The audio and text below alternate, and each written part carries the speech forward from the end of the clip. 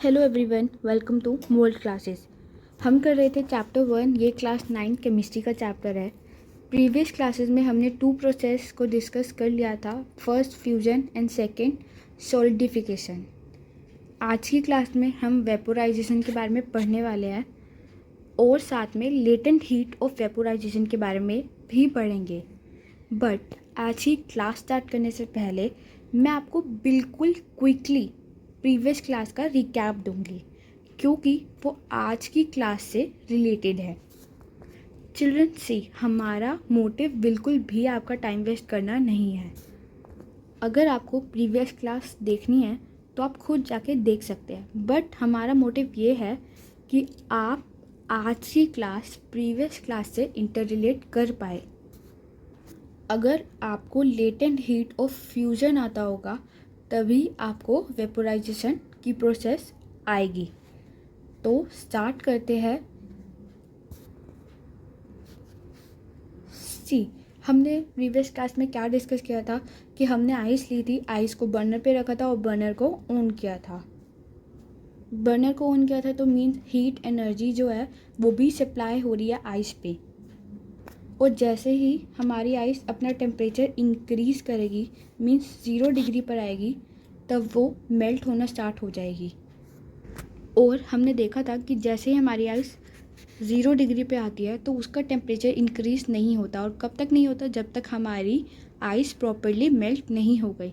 और इस पूरे प्रोसेस को हमने बोला था latent heat of fusion, right. तो अब हम क्या करते हैं, सपोज हमारी आइस 0 डिग्री पर आ गई है, अब वो प्रॉपरली लिक्विड में कन्वर्ट हो गई है, मीन्स उसने अपनी प्रॉपर्टी को चेंज कर लिया है।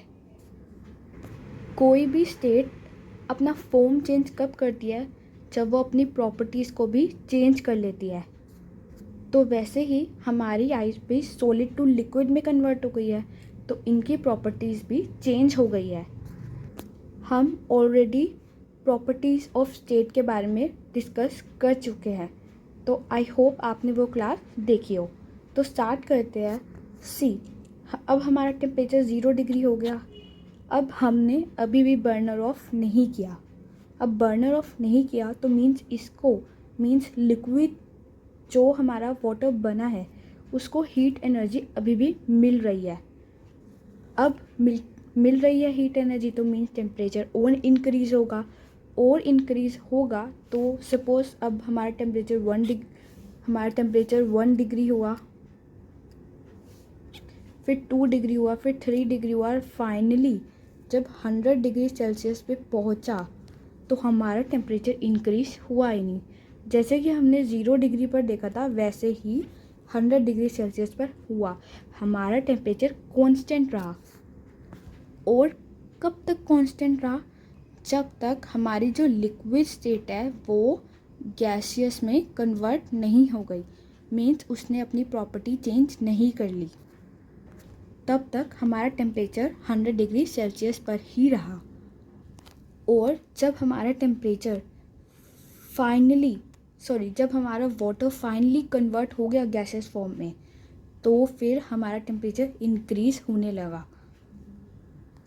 अब हमने देखा कि 100 डिग्री सेल्सियस पे हमारा टेम्परेचर इंक्रीज़ नहीं हुआ, बट हीट एनर्जी तो सप्लाई हो रही थी। तो हीट एनर्जी कहाँ थी? हीट एनर्जी ने ऐसा क्या किया कि जो टेम्परेचर इंक्रीज़ नहीं हुआ? बेटा, जो हीट एनर्जी थी ना वो कन्वर्ट होने में लगी थी। किस में? लिक्विड टू गैस में। मीन्स अब जो लिक्विड के जो पार्टिकल्स होते हैं, हमें पता है कि उनके बीच में स्पेस प्रेजेंट होता है। इतने नहीं होता बट होता है। तो अब पार्टिकल्स ने कहा कि चलो अब हम गैस पे कन्वर्ट हो जाते हैं, हमारे पास इतनी एनर्जी हो गई है कि हम गैस पे कन्वर्ट हो सकते हैं। तो पार्टिकल्स के बीच में स्पेस और हो गया, मीन्स अब पार्टिकल्स इतनी दूर दूर हो गए, कोई वहाँ है कोई यहाँ है। तो इस प्रोसेस को हमने बोला क्या? Latent heat of vaporisation. Latent means होता है हिडन।